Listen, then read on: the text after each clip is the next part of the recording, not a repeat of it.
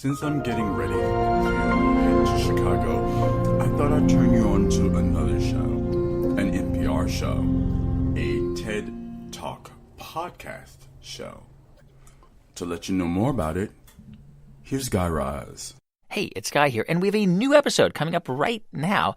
But just before, a quick request. We're conducting a brief survey to learn more about who's listening to the TED Radio Hour and how you are using NPR podcasts. So please visit npr.org/TED survey to complete the survey. It would really help us out a lot. Thanks.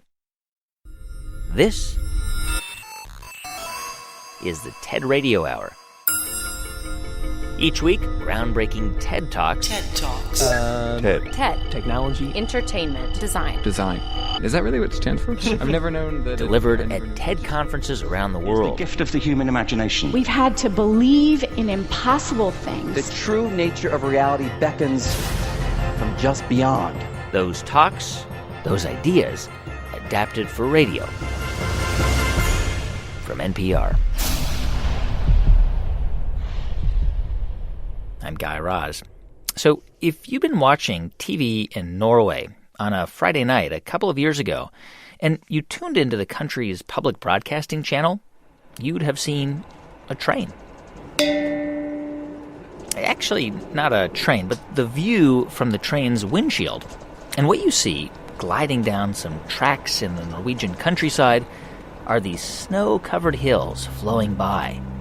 A low yellow sun flickering in and out of the trees, and the track stretching on and on, right in front of you. We mounted one camera in the front, constantly filming what you will see as an engine driver. Thomas Hellum produced this video. And we had two cameras pointing one to left, one to the right, to see the view. Tomas and his team edited those three camera views into a single widescreen shot. That's weirdly transfixing to watch and kind of peaceful. Like you were sitting in a glass bubble in front of the train. If you'd wanted to, you could have watched this video shot from the front of this train traveling from the city of Bergen, Norway, to the capital Oslo for 7 hours. 7 hours and 14 minutes. Wow. Everything is there. The boring part is there, and the good part is there. Who watched this? Like, who sat in front of the television and watched this? This was in 1.2 million Norwegians watched part of this program. What? Yes. So this experiment by Norwegian public broadcaster NRK was the start of what's come to be known as slow TV. And it's become kind of a thing, which Tomas explained on the TED stage. How did we get there? We have to go back to 2009, where one of my colleagues got a great idea. Where do you get the ideas? In the lunchroom. So he said, why don't we make a radio program marking the day of the German invasion of Norway in 1940. We tell the story at the exact time during the night. Wow, brilliant idea, except this was just a couple of weeks before the invasion day. So we sat in our lunchroom and discussed, what other stories can you tell as they evolve? What other things takes real long time? So one of us come up with the train. The Bergen Railway had its 100 years anniversary that year. Goes from Western Norway to Eastern Norway, and it used exactly the same time as it did 40 years ago. Over 7 hours. And now we thought, yes, we have a brilliant program for the 2,000 train spotters in Norway. 1.2 million Norwegians watched part of this program. Isn't that like a quarter of the population of Norway? Yeah, it's a fifth or a quarter of the population. God. So it's because it's so slow. I think it's like if you really stretch the time a bit and go deep into something, it gets more and more interesting the deeper you get into it. And the network Tomas works for, NRK, has gone on to produce more slow TV, like for National Firewood Night. 8 hours of a burning fireplace. A show all about fishing. Salmon fishing. A big deal in Norway. That was 18 hours. Just 18 hours of just fishing. People fishing. Yeah, it took 3 hours before we got the first fish. 3 hours before the first fish was caught. They've done knitting. Almost 9 hours. For National Knitting Night. Yes. A cover-to-cover performance of a book of Norwegian hymns. For 60 hours. And most ambitiously, a boat cruise along a famous Norwegian shipping route. For 5.5 days. So no interruptions, no late-breaking news, nothing. No. They 5.5 days. Put the news away, they put everything else away and gave us the channel for 5.5 days.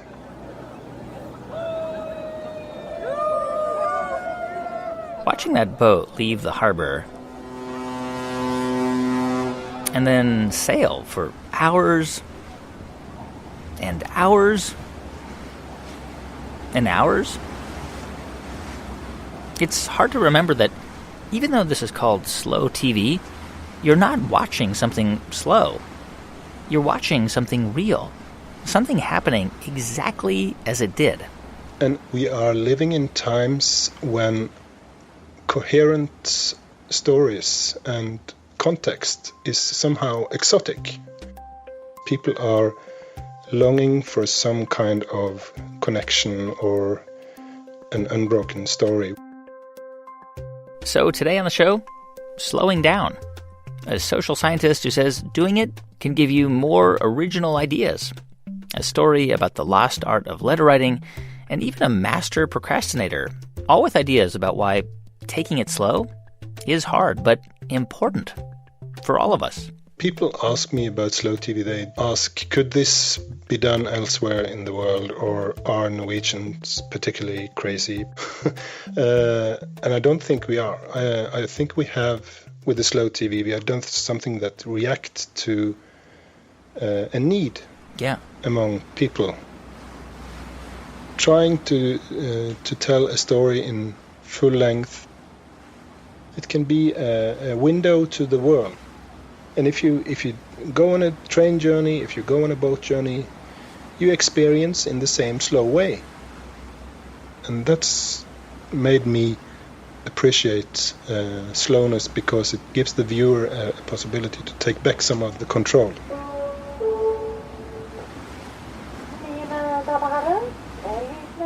You can watch all of Thomas Hellem's TED Talk at TED.com. And in answer to whether slow TV is just for Norwegians, not anymore. Norwegian slow TV is now available on Netflix. Why not take some time to check it out? On the show today, we're talking about slowing down. And this... I can go as slowly as you want. ...is Adam Grant. A Wharton professor of management and psychology and author of Give and Take and Originals. But you're not like a slow guy at all. Like, you're like the polar opposite of that. I am. I can't stand inefficiency, and I tend to do things as quickly as possible without compromising quality standards. In fact, Adam hates inefficiency so much that he's a self-described precrastinator, as in the opposite of procrastinator. Guilty as charged. And what is that, by the way? You know that panic you feel like a couple hours before a big deadline, you're behind? Mm-hmm. Yeah. Well, I feel that a few months before that big deadline. All right, so what happens when you can't get something done, like, way in advance? Like, what happens to you? I feel like I'm going to combust. Really? It's agonizing, yeah. Okay, I read that you finished your college thesis 4 months before the deadline. Yes, I did. Your PhD, you finished it in less than 3 years? Apparently. Tenured professor in your 20s? Guilty. These are not the signs of a person who belongs in a show called Slowing Down. Yeah, I'm definitely the fish out of water here. Except that, interestingly, Adam Grant has worked really hard to prove that slowing down, even though it's harder for some of us than others, can be really good. Especially when it comes to creativity. It was heretical to me at first, and yet, I was simultaneously excited about the possibility of being wrong and also deeply disturbed by the implications of it. On the TED stage, Adam told a story that sparked this idea, and it all started a few years ago when he was teaching a business class. A student came to me and asked me to invest in his company. He said, I'm working with 3 friends, and we're going to try to disrupt an industry by selling stuff online. And I said, okay, you guys spent the whole summer on this, right? No, we all took internships, just in case it doesn't work out. All right, but you're going to go in full-time once you graduate. Not exactly. We've all lined up backup jobs. 6 months go by. It's the day before the company launches, and there is still not a functioning website. So I obviously declined to invest. Yeah, like all these things were signs that these guys weren't taking it very seriously. Yeah, it was like a little hobby, right? It was like, hey, we have this idea, let's goof around and see what happens. And you felt like they were going pretty slowly, like they weren't moving fast on it? I thought they were way too slow. I mean, they came to me with the idea in August. It's February. The company is supposed to launch the next day. They still do not have a functioning website. And, I'm looking at them thinking, the company is a website. There's nothing else. It's just a website. And you haven't built that. What have you been doing for the last 6 months? And turns out they spent those 6 months just arguing about what they should name the company. And I thought, kind of unproductively, considering over 2,000 different names. I'm like, who cares what you name the company? You need a website or else you don't have a company. And they ended up naming the company Warby Parker. They sell glasses online. They were recently recognized as the world's most innovative company and valued at over $1 billion. And now, my wife handles our investments. Why was I so wrong? To find out, I've been studying people that I come to call originals. Originals are nonconformists, people who not only have new ideas, but take action to champion them. Originals drive creativity and change in the world. They're the people you want to bet on, and they look nothing like I expected. A few years ago, I had a student named Jihei who came to me and said, I have my most creative ideas when I'm procrastinating. And I was like, that's cute. Where are the 4 papers you owe me? No, she was one of our most creative students, and as an organizational psychologist, this is the kind of idea that I test. So I challenged her to get some data. She goes into a bunch of companies. She has people to fill out surveys about how often they procrastinate. Then she gets their bosses to rate how creative and innovative they are. And sure enough, the precrastinators like me who rush in and do everything early are rated as less creative. So I want to know what happens to the chronic procrastinators. She's like, I don't know, they didn't fill out my survey.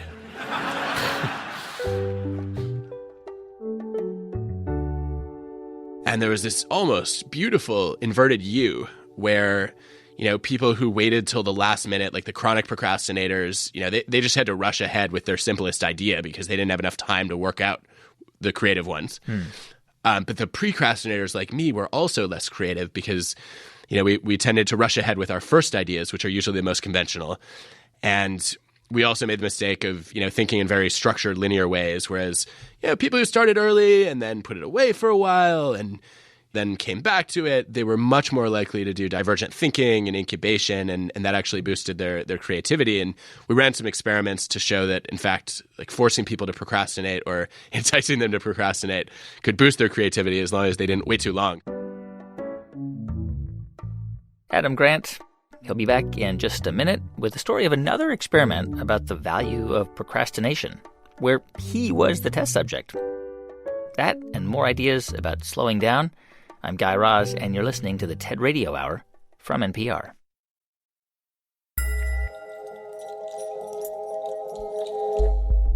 Hello, everyone. Just a quick thanks to 2 of our sponsors who help keep this podcast going. First, to Stamps.com. Mailing and shipping can seem like a no-win situation. Trips to the post office are time-consuming, and leasing a postage meter is expensive. There is a better way, Stamps.com. Buy and print official U.S. postage for any letter or package using your own computer. Sign up for Stamps.com for a special offer for our listeners, a 4-week trial plus postage and a digital scale. Go to Stamps.com, click on the microphone, and enter NPR. Thanks also to Whole Foods Market. This week, Whole Foods Market is having sales, but this week isn't really special because Whole Foods Market has sales every week. And they've put yellow stickers and signs all over the store so you can find the highest quality food at the best prices, including meat and poultry from farmers and ranchers committed to quality and taste and organic produce grown without toxic pesticides. So keep an eye out for yellow the next time you shop and visit WholeFoodsMarket.com to see this week's specials.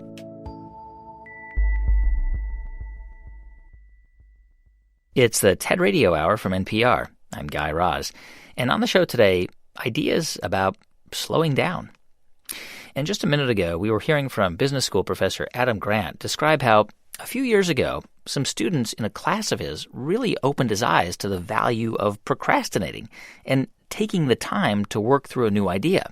So he began studying people who came up with great new ideas, and he called them originals. Adam picks up the story from the TED stage. I was starting to write a book about originals, and I thought, this is the perfect time to teach myself to procrastinate while writing a chapter on procrastination. So I meta-procrastinated. And like any self-respecting precrastinator, I woke up early the next morning and I made a to-do list with steps on how to procrastinate. And then I worked diligently toward my goal of not making progress toward my goal. I started writing the procrastination chapter, and one day I was halfway through. I literally put it away in mid-sentence for months. It was agony. But when I came back to it, I had all sorts of new ideas. As Aaron Sorkin put it, you call it procrastinating, I call it thinking. And along the way, I discovered that a lot of great originals in history were procrastinators. Take Leonardo da Vinci. He toiled on and off for 16 years on the Mona Lisa. He felt like a failure. He wrote as much in his journal. But some of the diversions he took in optics transformed the way that he modeled light and made him into a much better painter. What about Martin Luther King Jr.? The night before the biggest speech of his life, the March on Washington, he was up past 3 a.m. rewriting it. He's sitting in the audience waiting for his turn to go on stage, and he is still scribbling notes and crossing out lines. When he gets on stage, 11 minutes in, he leaves his prepared remarks to utter 4 words that change the course of history. I have a dream. That was not in the script.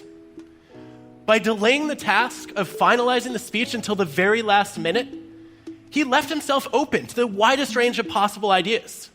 And because the text wasn't set in stone, he had freedom to improvise. Wow, I had no idea he was writing that speech to the last minute.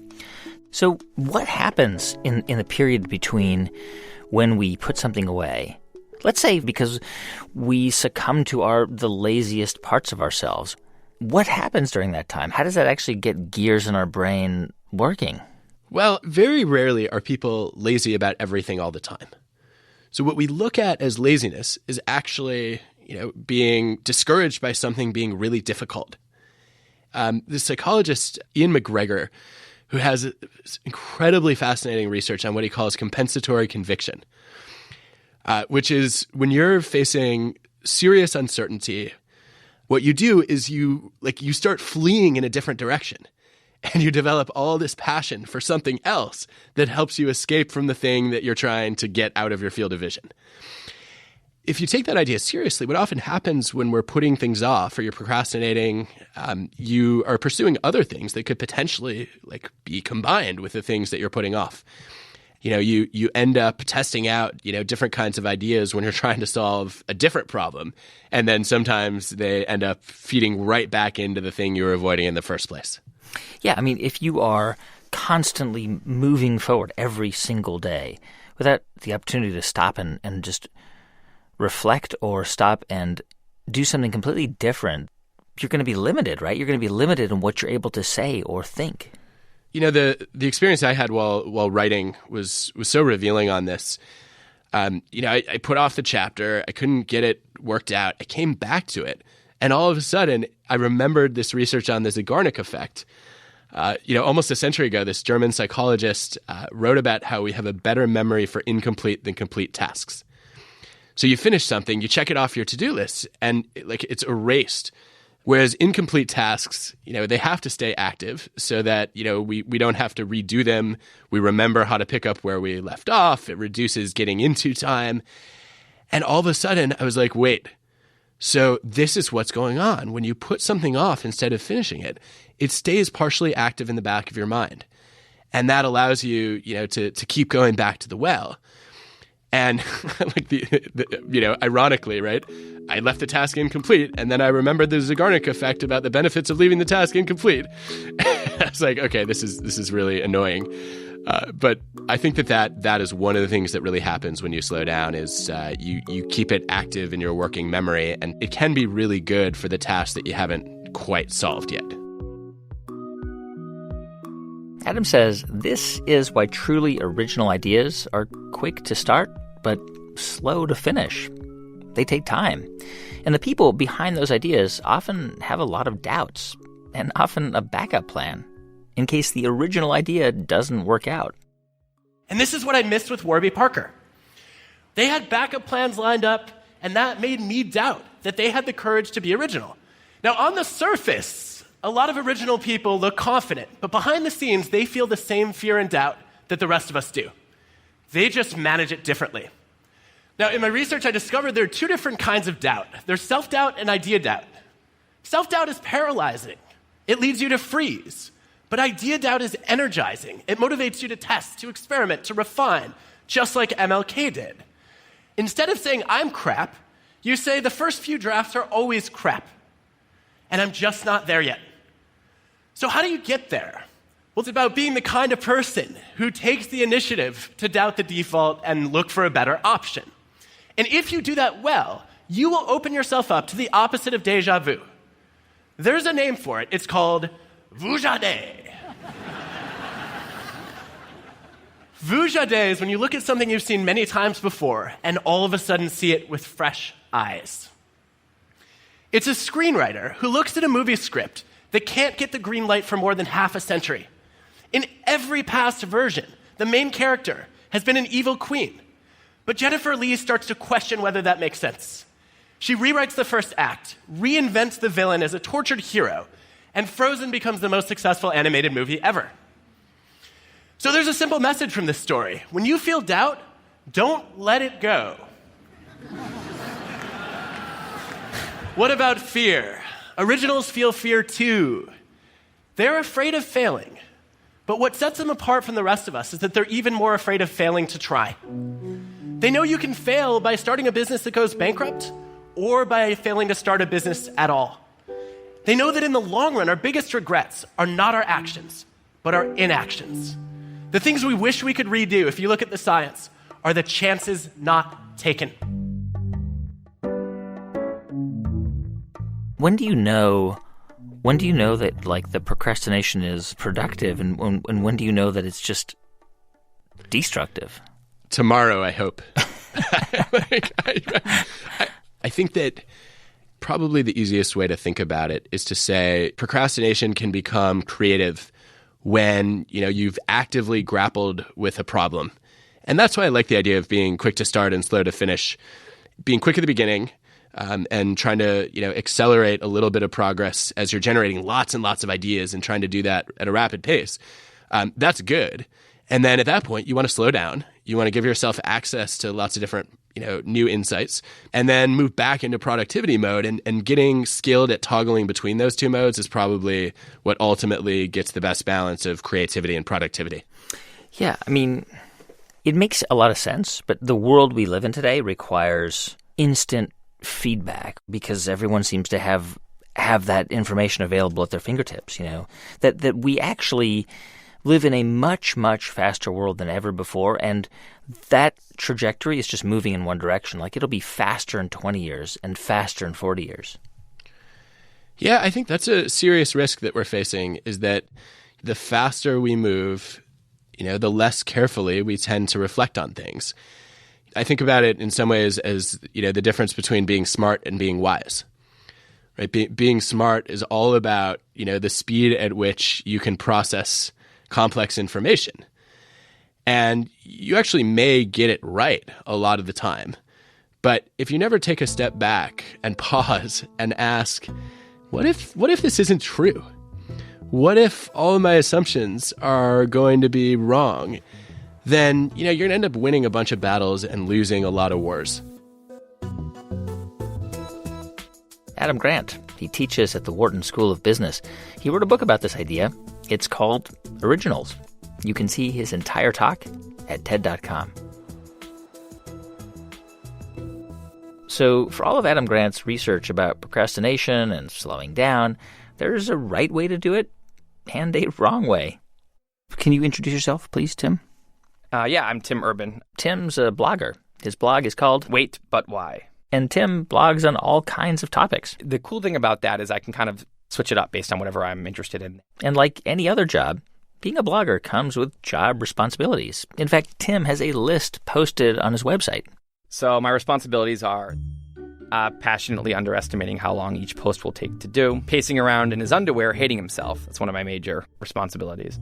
Thinking if only I were doing that other topic, it would be so much easier. And you consider yourself to be a procrastinator, right? Yes. A chronic, troubled procrastinator, yes. It's my core struggle. The core struggle of your life. Yes. So naturally, Tim started to blog about procrastination. I've now done 3 posts on procrastination, and I've gotten more emails regarding those 3 posts than the other 80 posts I've written combined. Now, one thing about these posts that seem to resonate with people is this visual Tim came up with to describe what goes on in his brain when he's procrastinating. He imagines these 2 cartoon characters fighting over control of his mental steering wheel. You picture inside your brain, there's a wheel. Like, I always picture one of those wheels on the boats, the big thing with a bunch of the Steamboat Willie wheel, right? Yeah. Those big octopus wheels. Yeah. Here's Tim on the TED stage. I wanted to explain to the non-procrastinators of the world what goes on in the heads of procrastinators and why we are the way we are. Now, I had a hypothesis that the brains of procrastinators were actually different than the brains of other people. Both brains have a rational decision maker in them, but the procrastinator's brain also has an instant gratification monkey. Now, what does this mean for the procrastinator? Well, the instant gratification monkey does not seem like a guy you want behind the wheel. He lives entirely in the present moment. He has no memory of the past, no knowledge of the future, and he only cares about 2 things: easy and fun. Now, we have another guy in our brain, the rational decision maker, who gives us the ability to do things no other animal can do. We can visualize the future. We can see the big picture. We can make long-term plans. And he wants to take all of that into account. And he wants to just have us do whatever makes sense to be doing right now. Now, sometimes it makes sense to be doing things that are easy and fun, like when you're having dinner or going to bed or enjoying well-earned leisure time. Sometimes they agree. But other times, it makes much more sense to be doing things that are harder and less pleasant for the sake of the big picture, and that's when we have a conflict. So the rational decision maker will make the rational decision to do something productive, but the monkey doesn't like that plan. So he actually takes the wheel, and he says, actually, let's read the entire Wikipedia page of the Nancy Kerrigan-Tanya Harding scandal, because I just remembered that happened. Then we're going to go over to the fridge. We're going to see if there's anything new in there since 10 minutes ago. So I bet that's an interesting Wikipedia page about Tanya Harding and Nancy Kerrigan. Oh my God, it's so interesting. It's amazing. And lots of things to hyperlink. It's riveting. Yeah. Oh God. So I read the whole thing. Then I went and read, 4 other articles. Then I got into a whole Tanya Harding spiral. I read about her husband, who's an amazing character, by the way. Oh man. Read about her husband's associate. This is the nightmare. So I'm doing this, and the whole time the rational decision maker is screaming at the top of the song, stop it. He's saying, what the are you doing? You have so much to do right now. This makes no sense. And so then me, I'm not actually having fun. I'm really, really upset while doing this. It's insane behavior. And it's this self-defeating kind of habitual behavior. It's a habit to let the monkey kind of take over. Then how do you ever get anything done as a procrastinator? There's another character called the panic monster. And the panic monster, is dormant almost all the time, but emerges in a frenzy when there's some external deadline. Because the only thing that scares the monkey, the only thing that can overpower the monkey is the panic monster. And this entire situation with the three characters, this is the procrastinator's system. It's not pretty, but in the end, it works. Well, turns out that there's two kinds of procrastination. When there's deadlines, the effects of procrastination are contained to the short term because the panic monster gets involved. But there's a second kind of procrastination that happens in situations when there is no deadline. So if you want to have a career where you want to be a self-starter, something in the arts, something entrepreneurial, there's no deadlines on those things at first. There's also all kinds of important things outside of your career that don't involve any deadlines, like seeing your family or exercising and taking care of your health. Now, if the procrastinator's only mechanism of doing these hard things is the panic monster, that's a problem because in all of these non-deadline situations, the panic monster doesn't show up. He has nothing to wake up for. So the effects of procrastination, they're not contained. They just extend outward forever. The monkey's sneakiest trick is when the deadlines aren't there. So Adam Grant was saying that that this can actually be a good thing, right? And so I wonder whether slowing things down, procrastinating, has actually helped you out. In a way, yeah. In a way, it is like the good part of procrastination for me in my particular line of work is the impulse to say, whoa, let's take a just deep breath here and let's take our time. I definitely go slowly, as any reader of Wait But Why will tell you. I do not come out with posts very quickly. Sometimes if I take 10 weeks to come out with a blog post and it's 30,000 words, that's something, but it's not really what a blogger's supposed to do. And so for me, going slow is an important part of what I do. Yeah.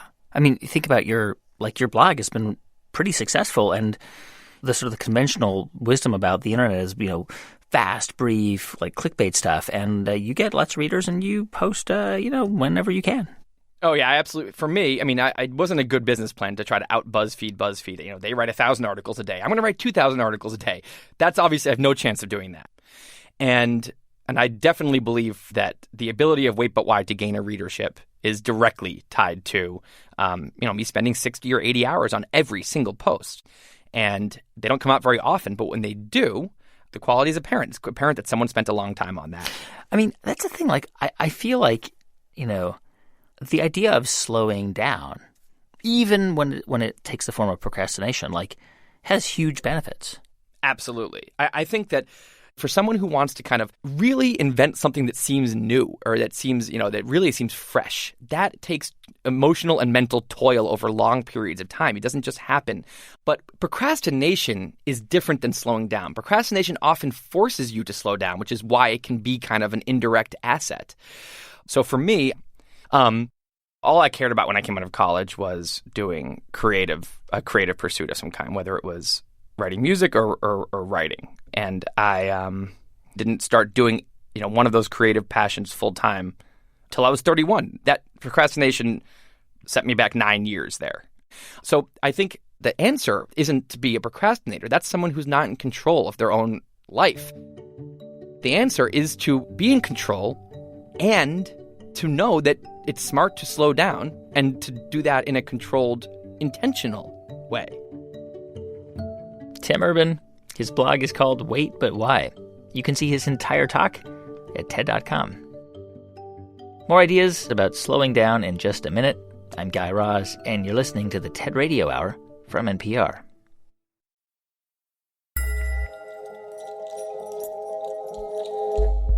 Hey everyone, just a quick thanks to two of our sponsors who help keep this podcast going. First to Igloo Software. They want you to know about their modern intranet. It's designed to keep everyone on the same page, even if the team is half a world away. With Igloo, you can share files, have real conversations in real time, and do it all while still being able to use the apps you currently use, like Box, Google Drive, and Skype. Igloo brings everything together and creates a single destination that keeps the focus on your work. Simply put, Igloo is an intranet you'll actually like. Try it today at igloosoftware.com/radiohour. Thanks also to Rocket Mortgage by Quicken Loans. They bring the mortgage process into the 21st century with a completely online process. Safely share your bank statements and pay stubs with the touch of a button. Ditch the paperwork and use your phone or tablet to get approved for purchase or refinance with a custom mortgage solution in minutes. Check out Rocket Mortgage today at quickenloans.com/ideas. Jessica? Equal housing lender. Licensed in all 50 states. NMLS ConsumerAccess.org number 3030. It's the TED Radio Hour from NPR. I'm Guy Raz. And on the show today, ideas about slowing down. How to do it in a world that seems to be constantly speeding up. And that was a question Andy Puddicombe had in his 20s when he quit school and decided to become a Buddhist monk. And when he spoke on the TED stage, Andy explained what happens when you don't give your mind a few moments every day to take it just a little slower. The result, of course, is that we get stressed. You know, the mind whizzes away like a washing machine going round and round, lots of difficult, confusing emotions, and we miss out on the things that are most important to us. And the crazy thing is that everybody just assumes, well, that's the way life is, so we just kind of got to get on with it. But that's really not how it has to be. So I was about 11 when I went along to my first meditation class. As I was there, you know, I guess like a lot of people, I assumed that it was just an aspirin for the mind. You get stressed, you do some meditation. Hadn't really thought that it could be sort of preventative in nature. Until I was about sort of 20, when a number of things happened in my life in quite quick succession. Really serious things, which just flipped my life upside down. And all of a sudden, I was inundated with thoughts. Inundated with difficult emotions that I didn't know how to cope with. Every time I sort of pushed one down, another one would just sort of pop back up again. It was a really very stressful time. I guess we all deal with stress in different ways. My own way of dealing with it was to become a monk. So I quit my degree, I headed off to the Himalayas, I became a monk, and I started studying meditation. It gave me a greater appreciation and understanding for the present moment. I think the present moment is so underrated. There was a research paper that came out of Harvard just recently that said, on average, our minds are lost in thought almost 47% of the time. 47%. At the same time, this sort of constant mind-wandering is also a direct cause of unhappiness. Now, we're not here for that long anyway. But to spend almost half of our life lost in thought and potentially quite unhappy, don't know, it kind of seems tragic, actually, especially when there's something we can do about it. When there's a positive, practical, achievable, scientifically proven technique which allows our mind to be more healthy, to be more mindful, and less distracted. Now, what usually happens when we're learning to be mindful is that we get distracted by a thought. Let's say this is an anxious thought. So everything's going fine, and then we see the anxious thought, and it's like, oh, didn't realize I was worried about that. You go back to it, repeat it. Oh, I am worried. Oh, I really am worried. Wow, there's so much anxiety. And before we know it, right, we're anxious about feeling anxious. You know, this is crazy. We do this all the time, even on an everyday kind of level. If you think about the last time, I don't know, you had a wobbly tooth. You know it's wobbly, and you know that it hurts. But what do you do every 20, 30 seconds? I don't know. It does hurt. And we reinforce the storyline, right? And we just keep telling ourselves. And we do it all the time, and it's only in learning to watch the mind in this way that we can start to let go of those storylines and patterns of mind. But when you sit down and you watch the mind in this way, you might see many different patterns. You might find a mind that's really sort of restless and the whole time. You know, don't be surprised if you feel a bit agitated in your body when you sit down to do nothing and your mind feels like that. You might find a mind that's very sort of dull and boring, and it's just almost mechanical. It just sort of seems it's as if you're just sort of getting up, going to work, eat, sleep, get up. Or it might just be that one little nagging thought that just goes round and round and round to your mind. Whatever it is, meditation offers the opportunity, the potential to step back and to get a different perspective, to see that things aren't always as they appear. You know, we can't change every little thing that happens to us in life, but we can change the way that we experience it. Thank you very much.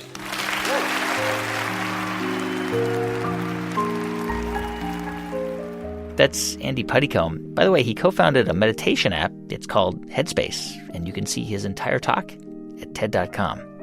And that app, by the way, could be especially useful if you're as busy as Lakshmi Praturi. I go back and forth between the Bay Area and Bangalore.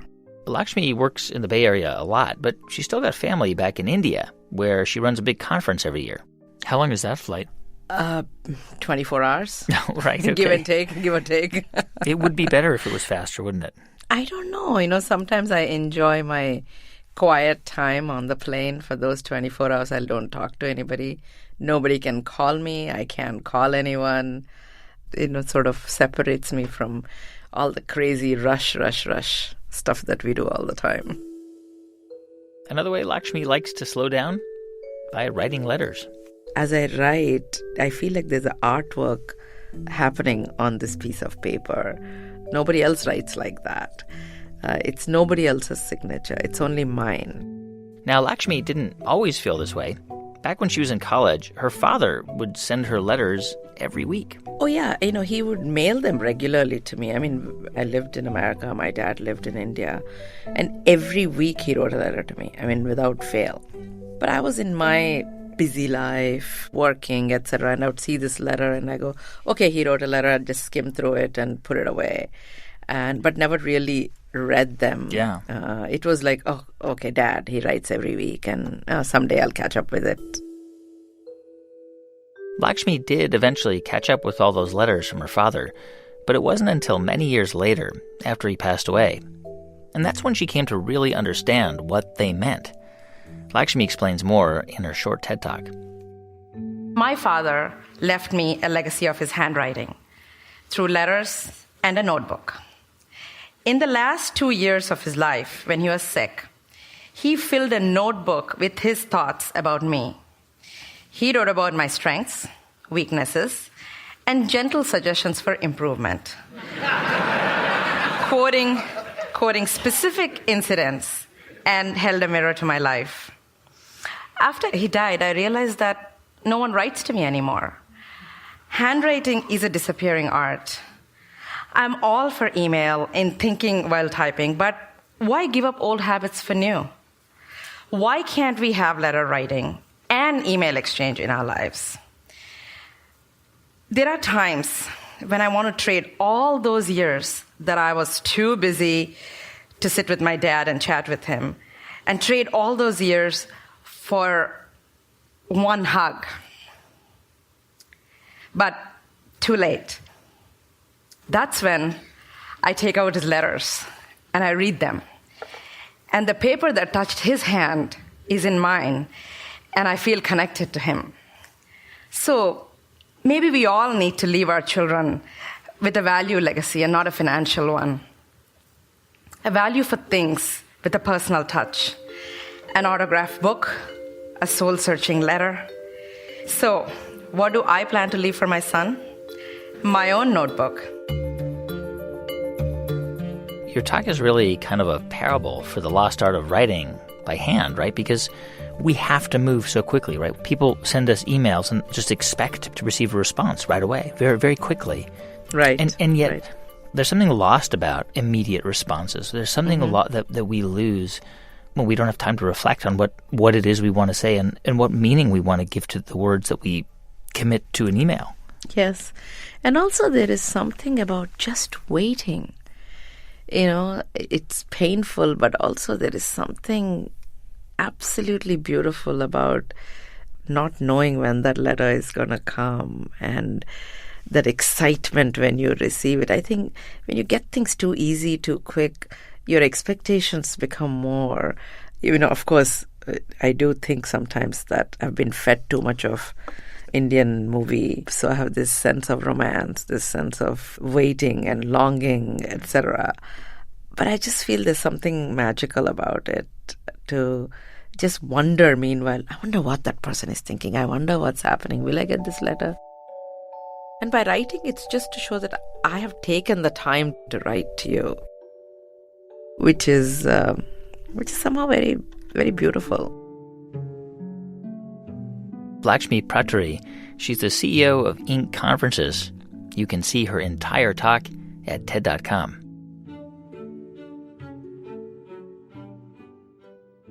On the show today, ideas about slowing down and savoring the moment. It's kind of funny because I speak very fast, and I think my mind is very fast. Not in the sense that I'm very, super smart, but that I move very quickly between topics a lot of the time. This is Gabriel Garcia Colombo, and he might not sound like he particularly appreciates slowness. But I make artwork to encourage people to slow down. Gabriel's artwork is mostly video, and he makes these installations designed to get people to stop and think. And these video installations can take place over anywhere from, a minute to a 25-minute loop. So you can't just pass by them? No. Well, you can, but I'm hoping that you don't. Gabriel says there's a problem with the way most of us view art. Not that we're not going to museums, but when we see art, we rush right by it. Or we end up seeing that art through our cell phone screens. I think we've all become collectors of media. And so when people visit a museum now, they see it just as another part of their collection. And you've got this device that you're just, you're carrying around with you. It's sort of like a jar that you're collecting insects in. So how do you make the world slow down for art? Gabriel explains from the TED stage. Did you know that the human attention span is now only 8 seconds? 8 seconds is important because 8 seconds is also how people look at art in galleries. If you ever go to a museum these days, you'll notice something, that people walk up to a painting or a sculpture and they'll take a picture with their iPhone and then walk away and take another picture of the next painting. And to me, that's not a really good way of looking at art. I don't know if you agree with me or not, but as an artist, I'd rather have people spend time with artwork and slow down. My artwork is not your traditional paintings or sculptures. My artwork moves. And some of my artwork can take up to 20 minutes to see at once, or some of it, you never see the whole piece. One of Gabriel's installations that works like this is called Tube, and it's about our relationship with technology. And it features one of those old TVs you had in the 80s. And when you look at it, there's static on the screen. And every so often, a small figure climbs out of the screen made out of static and walks around on top of the television. Okay, so obviously people can't see this on the radio, but in your talk you show a video of this, and it's like a hologram projected on top of the TV set? Yes. It's as if the character's emerged from the screen itself and walks around, and then another character will appear. And these two characters walk around on top inside this little glass container on top of the TV. And when they touch each other, it shuts off the entire television screen and removes them from the world around them. So to really experience that piece, you've got to give it 20 minutes of your time. Yeah, to see the whole thing. You'd have to wait there for 20 minutes and really think about why these figures exist in the world. And also, how does this relate to the form of the actual television itself? And what am I saying about media? And so these are questions that I'm hoping people will start to ask when they spend that much time with a piece.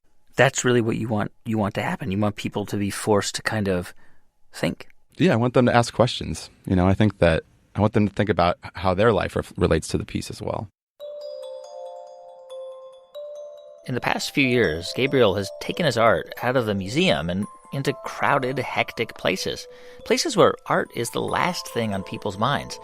Like Fulton Center, a shopping mall and subway station in Manhattan that hundreds of thousands of people pass through every day.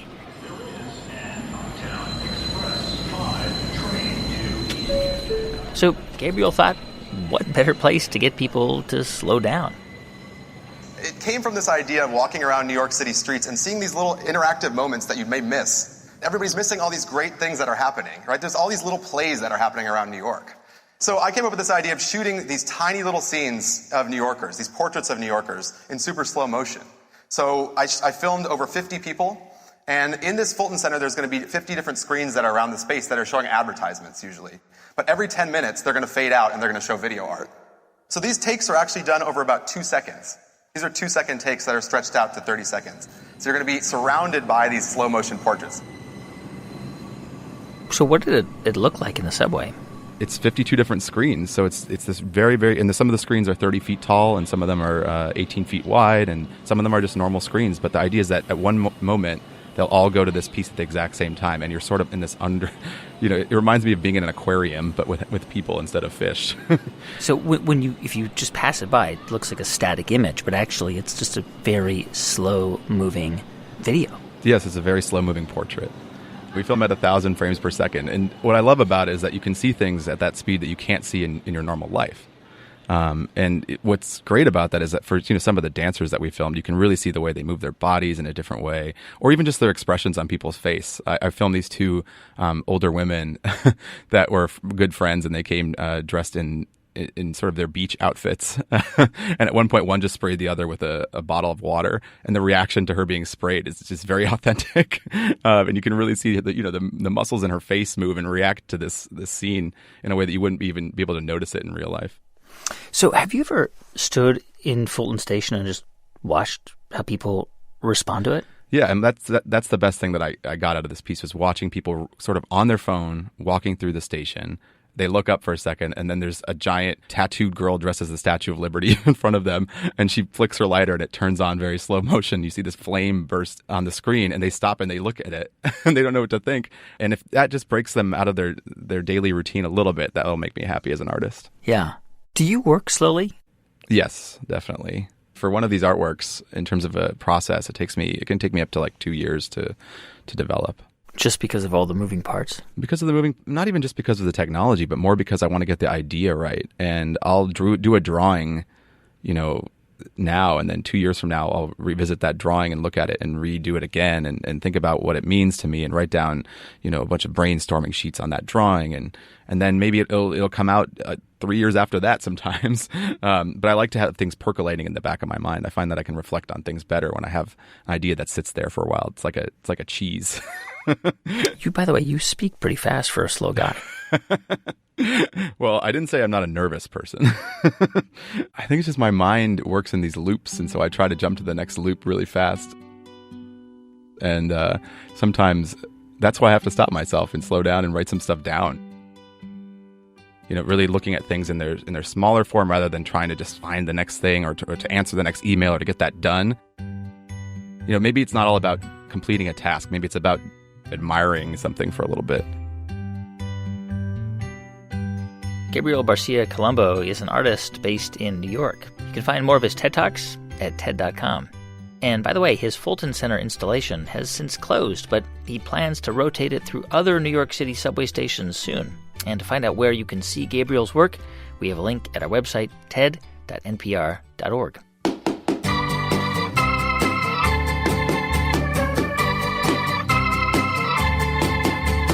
Take your time.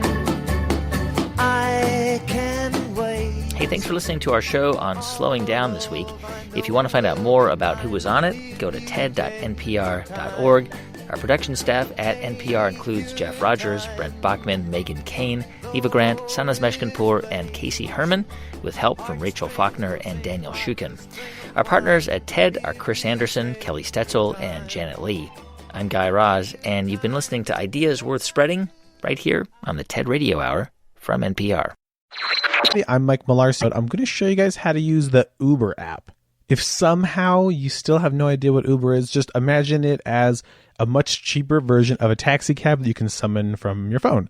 Works great, and with the new laws and rules that they've implemented, you shouldn't, put a little star there, shouldn't have any issues for those of you with service dogs getting a ride anymore. So there's going to be 3 things we're going to cover. I'm going to show you how to set it up, how to request a ride, and then I'm going to talk about how to leave a rating on your driver. So that being said, let's go ahead and open up Uber. Uber Alert. Allow Uber to access your location while you use the app? Naturally, you're going to want to say yes to that because it uses, your GPS to show the driver where you are. And if you had vision, it shows a little map to show you where your driver is. So you're definitely going to need to turn that on. We use don't allow button. Allow Uber. Push notifications. Heading. Get trip updates the easy way. Uber. 1 minute ago. Your Uber is on the way. Now you can receive updates about your ride via push notifications. It will only send stuff that's important, and you can continue. Button. Okay, pretty self-explanatory. I recommend... Uber would like to notify... Don't allow... Okay. We'll go ahead and say yes. Select it. I recommend that you do that because with your phone in your pocket, if you're waiting for your ride, you'll get a notification that'll tell you like your Uber is a couple minutes away or your Uber is arriving. Last time I used this, I got that notification that it was arriving. I walked out my front door right as the car pulled into my driveway. So definitely a handy little feature. I recommend you leave it on. So the next screen we get here is basically kind of your home screen. This is the screen that you're going to see the first time you launch this app once you get everything set up. It's got different options for selecting what type of Uber you want, the regular one, the XL, which is a larger version, those sorts of things. And then there's a text box where you can add in where you are and where you want to go. Now, most important of all, there are your account options. You're going to have to create an account, add some sort of a payment option before you can, use this thing. So Selected. Uber XL. Button. Selected. Let's go ahead and scroll through here and I'll just kind of give you a look around. Uber XL. Button. Okay, that's the option, again, to select the type of car you want. The default one is the smaller, regular car. Selected. Uber X. Select. Button. SUV. Button. Access. Button. Center map. Button. Account menu. Button. Pickup location. 1287 destination. Enter destination. Button. Okay, so most of the stuff, as you guys can hear, is pretty self-explanatory. It has my location already, and then right here, a little text box with the destination. One thing I will give you guys a bit of a heads up on, Explore by Touch isn't the most reliable. I've had more success with flicking. I'm pretty sure that visually there's a map on the screen, and you can explore by touch near the upper half of the screen. Pickup location. 1. Pickup location. 1. Destination. Enter. Pickup location. Obviously, and find some of this stuff. But again, flicking is easier. Before we do anything else, let's jump over into our account menu and have a little look around. Account menu. Pickup location. Account menu. Button. Account menu. Close. Button.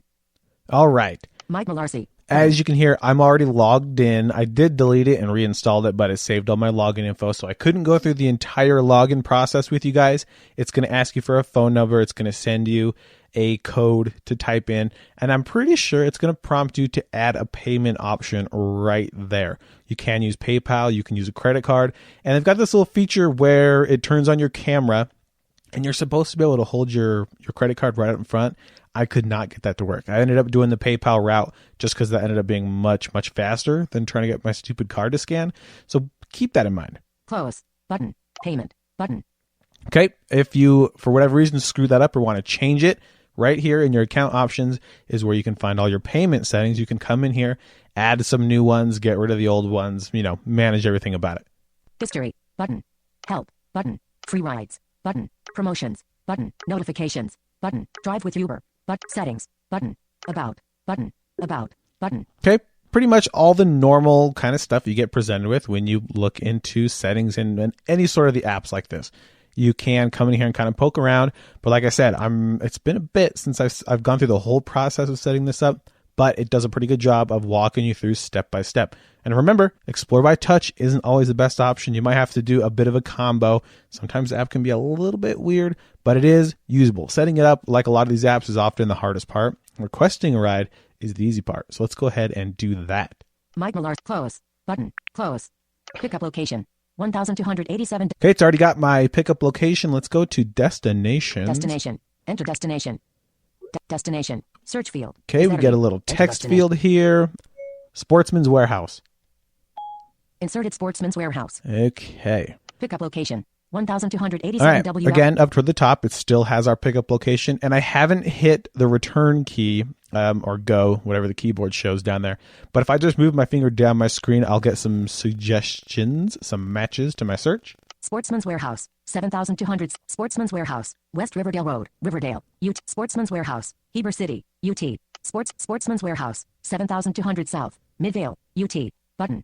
All right, let's go ahead and click on this one. 7,000.